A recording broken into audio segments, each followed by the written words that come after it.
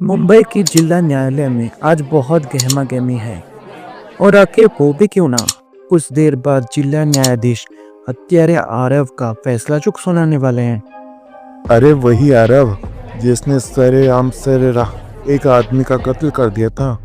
इसीलिए आम आदमी भी इस जुनूनी कातिल का अंजाम जानने को उत्सुक था। आज निर्णय का अंतिम दिन है। अदालत की टिक टिक करती पुरानी घड़ी की सुइयां और जज साहब का फैसला पढ़ते समय चेहरे पर आ रही भाव भंगिमा लोगों को खचाखच भरी कोर्ट में सामाजिक प्रतिष्ठित व्यक्तियों के धड़कनें बढ़ा रही थी। अदालत में पक्ष विपक्ष के अधिवक्ताओं का तर्क और साक्ष्य प्रस्तुति होने के पश्चात जज साहब ने अब हथौड़े को मारते हुए ऑर्डर कहकर न्यायालय कक्ष की निस्तब्धता को तोड़ दी।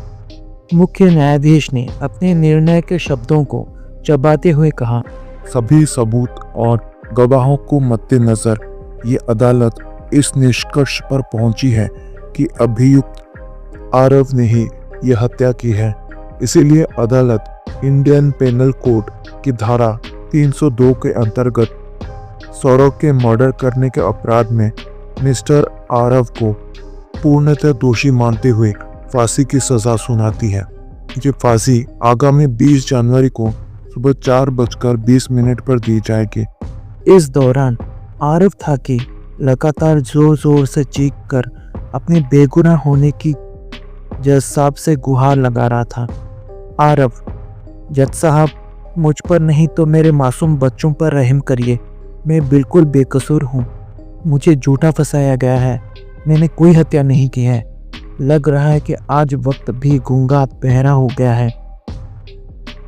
आरव के आंसू थे कि हिचकियां बन गई, लेकिन उसके उफनते आंसुओं के ज्वार को कोई रोकने वाला नहीं था। उसकी कोई दलील काम ना आई, लिहाजा कटघरे और हथकड़ी के बंदिशों में निरपराध आरव की सिसकियां दबकर रह गई। जज ने आरव के जोर जोर से रोते चेहरे को एक उपेक्षा भरी दृष्टि डालते हुए कलम की नोक तोड़ दी और उठकर अपने कैबिन में चले गए।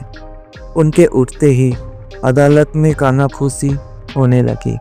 लोग आरव को रोते देख ढाढ़स ये कहकर देने लगे, विधाता की संभवतः यही इच्छा थी। अंतिम निर्णय के पश्चात अब कुछ भी नहीं हो सकता था। अदालत में ही मौजूद आरव की पत्नी अनाया, बेटी आहाना फैसला सुनकर रोने लगे। उनके सिर पर मानो वज्रपात हुआ हो। अनाया दौड़कर आरव के सीने से लिपट गई और सुबकने लगी। आरव अपने आंसुओं को रोकते हुए बोला, मेरी माँ और बच्चों का ध्यान रखना। ईश्वर को शायद यही मंजूर था। धीरज बनाए रखना। 2 पुलिस वालों ने आरव को जेल ले जाने के लिए जबरदस्ती खींचकर लॉरी में बिठा दिया। आरव की हथकड़ी की झंकार सुनकर अनाया का दिल बैठा जा रहा था और उसकी माँ अपनी सफेद साड़ी की खूंट को मुंह में ठूस कर अपनी रुलाई रोकने की भरसक प्रयास कर रही थी। वही आरव की लाडली बेटी आहाना पापा पापा कहते हुए लॉरी के पीछे दौड़ी और सड़क पर ही बिलक गई।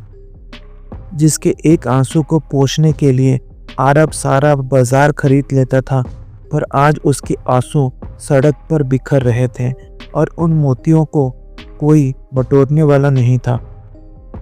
उसका परिवार बिखर गया। सब कुछ खत्म हो गया था। आरव को सारी रात नींद नहीं आई। बैरक में सीमेंट की सख्त बेंच उसे रह रहकर माँ की गोद याद दिला रही थी। साथ ही बेटी आहाना के साथ बिताए खुशी के पल, तो पत्नी हेमा के साथ बिताई गई अटखेलियाँ उसे बहुत याद आ रहे थे। उसकी मौत में बस कुल 7 दिन का फासला था। 7 दिन उसने ना कुछ खाया, ना ही ठीक से सोया था। वो रह रहकर उन सभी लोगों को कोसने लगा जिन्होंने उसे इस हालत तक पहुंचाया था। वो रह रहकर उन सभी लोगों को कोसने लगा जिन्होंने उसे इस हालत तक पहुंचाया था। उसके रोष भरे चेहरे को देखकर ऐसा लगता था कि यदि वो सामने आ जाए तो उनका गला दबाकर उनकी हत्या कर देगा। ऐसा सोचते सोचते उसकी मुट्ठी भींच गई और आंखें क्रोध से लाल हो गई, मानो अंगारे देख रहे हों। वो बार बार गुस्से से दीवार में घुसा मार रहा था। 7 दिन हवा की मानिंद उड़ गई।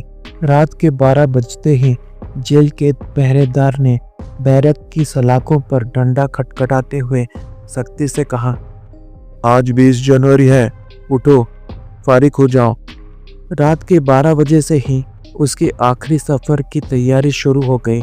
समय से पहले ही उसे तैयार कर दिया गया। सभी निशान चेक किए, पेपर वर्क कंप्लीट किया गया और फिर ठीक 4:20 पर आरव को फांसी दे दी गई। कुछ देर बिना पानी के मछली की तरह तड़पने के उपरांत आरव की कहानी समाप्त हो गई। उसका शव उसके परिवार को सौंप दिया गया।